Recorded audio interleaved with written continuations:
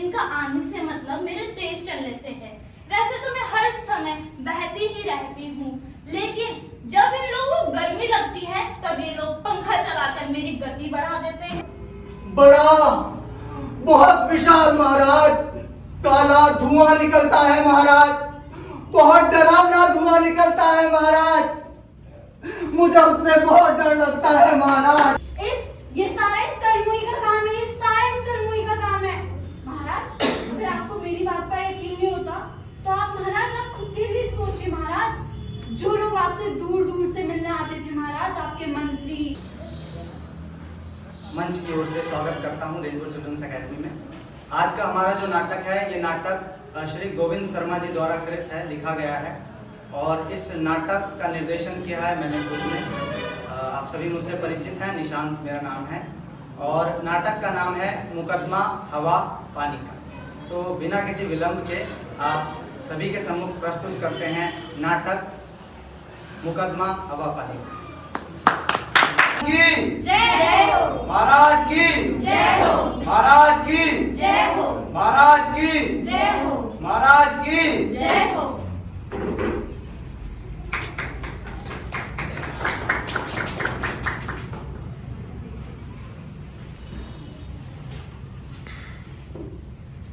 मंत्री जी, क्या शिकायत करने वाले लोग आ गए हैं? जी महाराज। क्या उन्हें भी बुलाया गया है जिनके बारे में शिकायतें हैं? जी महाराज, आज सभी शिकायतें पानी और हवा के बारे में है। वह सभी पास ही कमरे में बैठे हैं। पहले पानी को बुलाया जाए। सिपाहियों, पानी को बुलाया जाए। पानी हाजिर हो।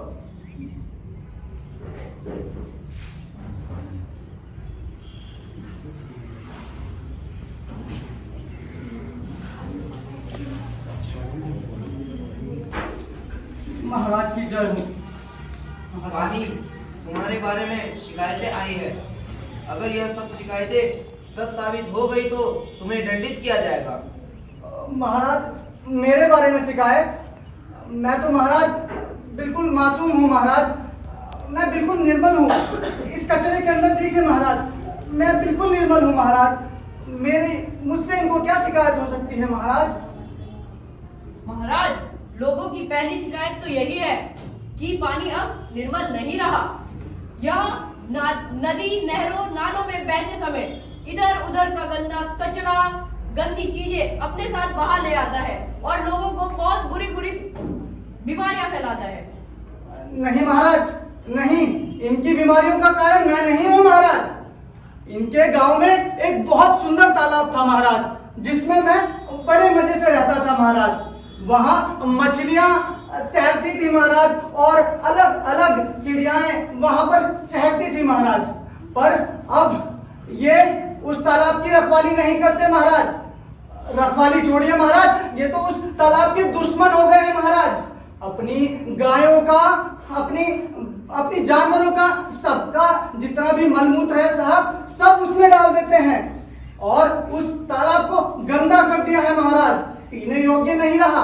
और तो और महाराज, कपड़े भी वहीं धोते हैं।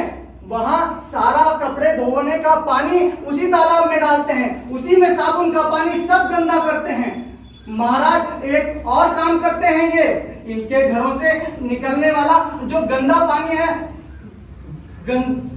महाराज गंदा नहीं है वो पानी बिल्कुल काला है महाराज, राक्षस जैसा। बहुत भयानक है महाराज, वो पानी जहरीला है महाराज। वो पानी मेरे ऊपर उड़ेल देते हैं महाराज। देखिए मेरी क्या हालत कर दी है महाराज इन्होंने। अब बताइए, बीमार नहीं पड़ेंगे तो और क्या होगा महाराज? और तो और महाराज, इनके पास एक और राक्षस है महाराज। वो वैसे तो बहुत हल्का है महाराज, हल्की सी फूंक से उड़ जाता है महाराज। पर महाराज, आप उसे मिट्टी में दबाओ, सड़ता नहीं, पानी में महाराज गलता नहीं, और आग लगा दो महाराज उसमें तो बड़ी गंदी गंदी गैसें फैला देता है महाराज। ये रहा, देखिए ये प्लास्टिक महाराज, इन्होंने मुझे प्लास्टिक में फंसा दिया है महाराज और कहते हैं कि मैं बीमारियां फैलाता हूं महाराज। इन बीमारियों के दोषी ये लोग ही हैं महाराज। अच्छा, मान लिया कि बीमारियों की वजह हमें, मगर कहीं सूखा पड़ना क्या वो हमारी गलती है? बताओ बताओ, क्या हमारी गलती है? पानी महाराज ये भी मेरी गलती नहीं है महाराज। जहाँ इनका गांव है महाराज, वहाँ बहुत सुंदर वन हुआ करता था महाराज, और उस वन में बड़े सुंदर सुंदर पेड़ पौधे होते थे महाराज, और मैं बादल बन के वहाँ जाता था महाराज, और उन पेड़ पौधों में महाराज मैं रहा करता था। खूब बरसता था, झूम झूम कर बरसता था महाराज। पर महाराज अभी पिछले साल इन्होंने एक एक पौधा कर पूरा जंगल काट दिया महाराज। वहां एक पौधा भी नहीं छोड़ा महाराज। बड़ी बड़ी मशीनें लगाकर उस पूरे जंगल को बड़ा मैदान बना दिया महाराज। महाराज मैं फिर भी वहां कुछ दिन बरसता रहा, पर अब तो महाराज हद हो गई है। इन्होंने वहां बड़े बड़े कारखाने बना दिए हैं महाराज, और उन कारखानों से महाराज बड़ा बहुत विशाल महाराज काला धुआं निकलता है महाराज। बहुत डरावना धुआं निकलता है महाराज। मुझे उससे बहुत डर लगता है महाराज। इतना विशाल काला धुआं महाराज, और ये कहते हैं कि मैं बरसता नहीं। ऐसे धुएं में महाराज मैं कैसे बरसूं? आप ही बताइए महाराज। ये मेरी गलती नहीं है महाराज, इनकी गलती है।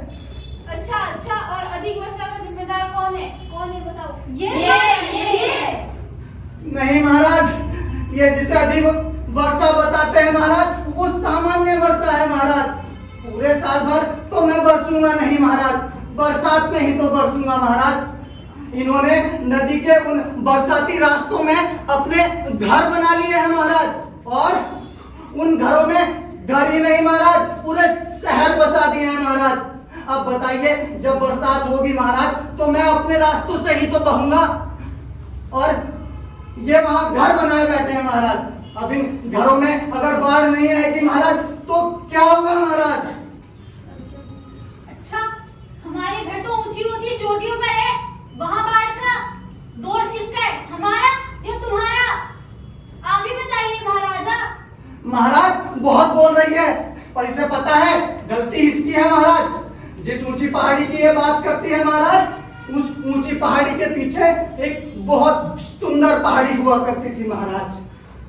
उस बहुत सुंदर सुंदर पहाड़ी में महाराज मैं पानी बनकर, बादल बनकर बरसता था महाराज। वहां उस पहाड़ी पर मेरे दोस्त रहते थे महाराज। एक दोस्त था मेरा, उसका नाम था महाराज बांझ, और उसका पूरा बड़ा परिवार वहां रहता था महाराज। और वो जो बांझ की माँ थी ना महाराज, वो मुझे अपने घर बुलाया करती थी महाराज। जब भी मैं वहां जाता था तो उसके घर जरूर जाता था। वो मुझे महाराज इतनी मीठी खीर बनाकर खिलाती थी, मुझे बहुत मजा आता था महाराज।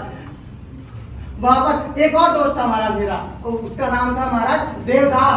उसको बहुत बड़ा परिवार था महाराज, बड़ा बड़ा होता था महाराज, वो हरा भरा सुंदर विशाल।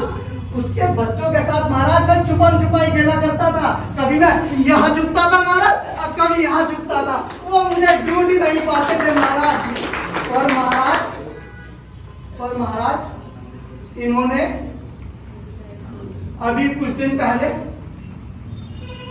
मेरे दोस्तों को एक एक करके महाराज काट दिया महाराज, मार दिया मेरे दोस्तों को। इन्होंने पहले बांधों को मारा महाराज, ऐसे टूट पड़े बांधों के ऊपर। एक नहीं महाराज, दो नहीं, 10 एक बांध के पौधे पर टूट पड़े महाराज।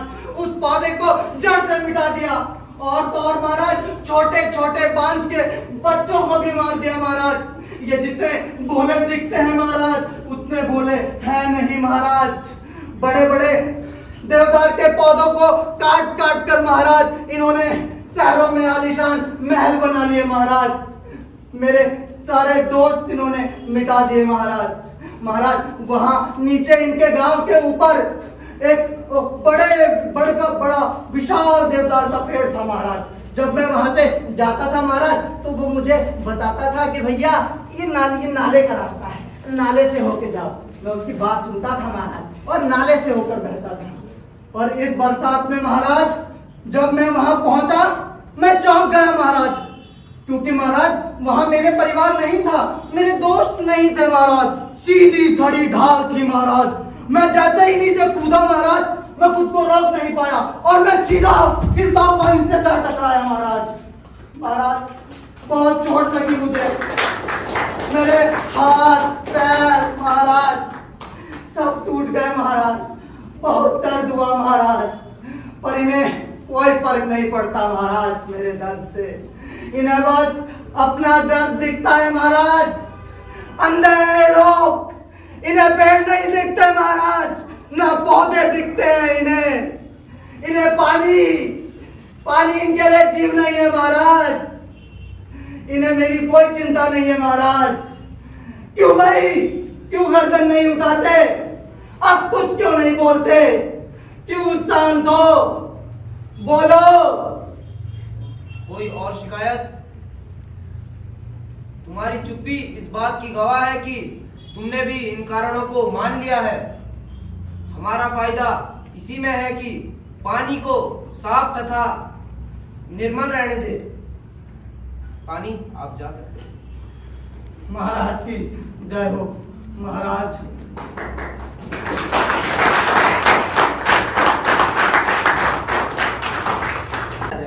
जी महाराज, सिपाहियों हवा को बुलाया जाए। हवा उपस्थित हो।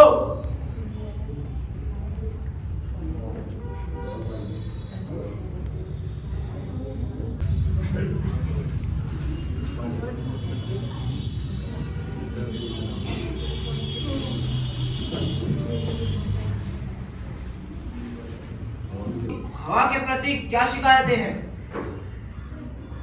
महाराज की जय हो।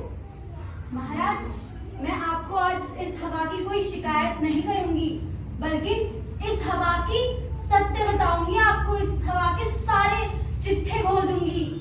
महाराज, आपको भी पता है यह पहले कितनी अच्छी हुआ करती थी, कितनी ज्यादा बुलंद, शांति, खुशबू, महक, हर जगह आनंद ही आनंद हुआ करता था महाराज, आनंद ही आनंद। यह हवा पहले शांति का प्रतीक थी, मगर अब देखिए महाराज इस हवा को अब क्या हाल बना दिए महाराज इसने अपना। इस कर्मी ने क्या हाल बना दिए महाराज। महाराज जी, मुझे इसे देख के घुटन हो रही है महाराज। महाराज, इस कर्मुई ने ये पूरा राज्य तहस नहस कर दिया है। मेरी बात पे आपको भरोसा नहीं है ना महाराज? इससे पूछिए, इस भंडारी से पूछिए महाराज। बेचारी 2 महीनों बाद निकली है घर से, और ये चंपा, इसका 1 महीने पहले रिश्तेदार आए थे इससे मिलने। बेचारी 3 दिन तक गेट पे बैठी रही उनका इंतजार करने। जैसी वो आए वैसी ये कर्मुई आकर तहस नहस कर दिया। बेचारी आज तक रोती है। ये इसका क्या दोष था? ये बेचारी बीमार 2 महीनों बाद, इसको मैं आपके गवाह के लिए लाई हूँ महाराज, गवाह के लिए। ये सारा इस कर्मुई का काम है, ये सारा इस कर्मुई का काम है महाराज। अगर आपको मेरी बात पर यकीन नहीं होता तो आप महाराज आप खुद के लिए सोचिए महाराज। जो लोग आपसे दूर दूर से मिलने आते थे महाराज, आपके मंत्री, आपके दोस्त राजा, दूर दूर देशों से, दूर दूर राज्यों से, क्या वो इस कर्मुई की वजह से आप यहाँ आएंगे? क्या वो इस राज्य में कदम रखना भी पसंद करेंगे महाराज? जवाब दीजिए महाराज, मुझे जवाब। इस कर्मुई की वजह से हमारा राज्य बर्बाद हो रहा है महाराज, राज्य बर्बाद हो रहा है महाराज। मैं सिर्फ सत्य कह रही हूँ महाराज, और कुछ भी नहीं। बदबू के कारण तो मेरा जीना मुश्किल हो चुका है महाराज। मेरे पास तो ना ही अपने आप में खुशबू है और ना बदबू। ये लोग, एक बात इन्होंने सही कही कि आजकल हवा में खुशबू नहीं होती, लेकिन इसके लिए यही लोग जिम्मेदार है महाराज, यही लोग। क्योंकि ये लोग मरे हुए पशु पक्षी को यहाँ वहाँ ऐसे ही फेंक देते हैं, कूड़ा कचरा अपने घर से बाहर ऐसे ही फेंक देते हैं महाराज। कारखानों से इतनी गंदी गैसें, जहरीली गैसें निकलती है महाराज, जहरीली गैसें जो हमारे शरीर को बहुत ही ज्यादा नुकसान पहुंचाती है। पूछिए इनसे जरा, पहुंचाती नहीं है क्या जहरीली गैसें नुकसान? भंडारी जी से पूछिए, 2 महीनों से घर से बाहर क्यों नहीं निकली हो तुम? क्यों नहीं निकली हो? क्योंकि तुमने अपनी मरी हुई गाय को ऐसे ही बाहर फेंक दिया था इसीलिए। और ये जो 1 महीने से अपने रिश्तेदारों का इंतजार कर रही थी, अपने घर को साफ सुथरा रखती, इधर उधर की गंदगी को साफ करके पेड़ पौधे लगाते, तो ये सब नहीं देखने को मिलता आज। और आप कारखानों के बगल में अपना घर बनाएंगी, आपको बीमारियां नहीं तो क्या लगेंगी? और ये जो इतने देर से मेरे बारे में इतनी सच्चाई बता रही थी मेरी, मैं आपको सच्चाई बताती हूँ इनकी। ये करोड़ों की मालकिन है, कारखानों की, कंपनियों की मालकिन है, बहुत अच्छी बात है। लेकिन उनसे जो जहरीली गैसें निकलती है उनका क्या? वो हमें नुकसान पहुंचा रही है। महाराज, आपको याद होगा तो एक बार भोपाल के एक कारखाने से इतनी जहरीली गैसें निकलकर मुझ पर सवार गई थी और कितने ही लोगों को मार दिया गया था। अच्छा, और जो तुम अचानक चलकर सब कुछ नष्ट कर देती हो, हमारी आंखों में धूल मिट्टी डाल देती हो, उसका क्या हमने तुम्हें न्योता दिया था? चलना मेरा काम है, आप कहते हो तो मैं चलना बंद कर देती हूँ। महाराज, महाराज,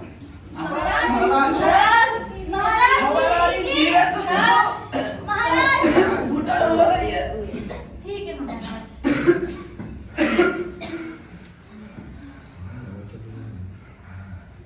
कोई और शिकायत?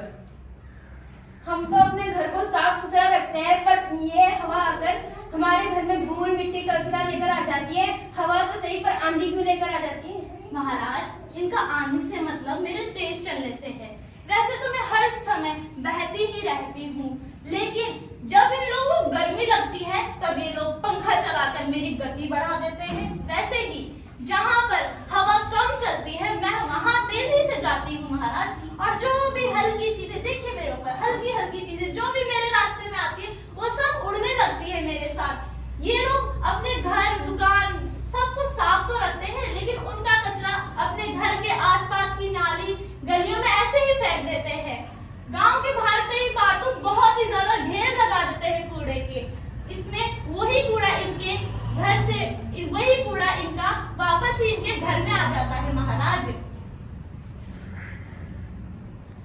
कोई और शिकायत? मैंने सबकी बात सुन ली है। लोगों को हवा के प्रति दुखी तो है, परंतु इसमें हवा का कोई दोष नहीं। हमें साफ सफाई की आदत अपनानी ही होगी, इसी में हमारी भलाई है। इसी से हम हवा को दूषित होने से बचा सकते हैं तथा पानी को निर्मल रख सकते हैं। आए और हम सब लोग हवा को और पानी को अपना दोस्त बनाएं।